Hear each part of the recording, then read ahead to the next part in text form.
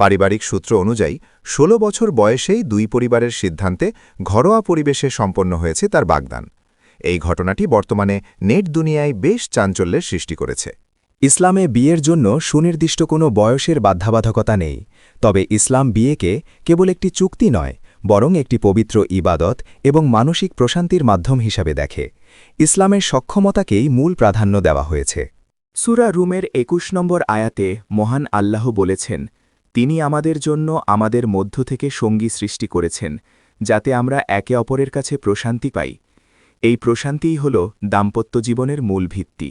রসূলুল্লাহ সাল্লাল্লাহু আলাইহি ওয়াসাল্লাম বলেছেন, হে যুবসমাজ, তোমাদের মধ্যে যার সামর্থ্য আছে সে যেন বিয়ে করে।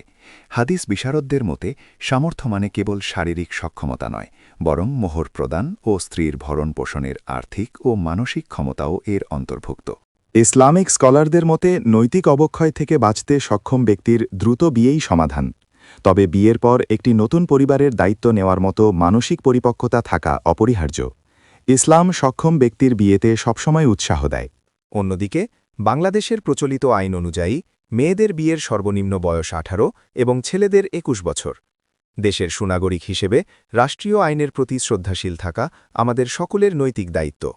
সারসংক্ষেপে, সিমরিন লুবাবার বাগদান ধর্মীয় ও আইনি নানা বিতর্কের জন্ম দিয়েছে।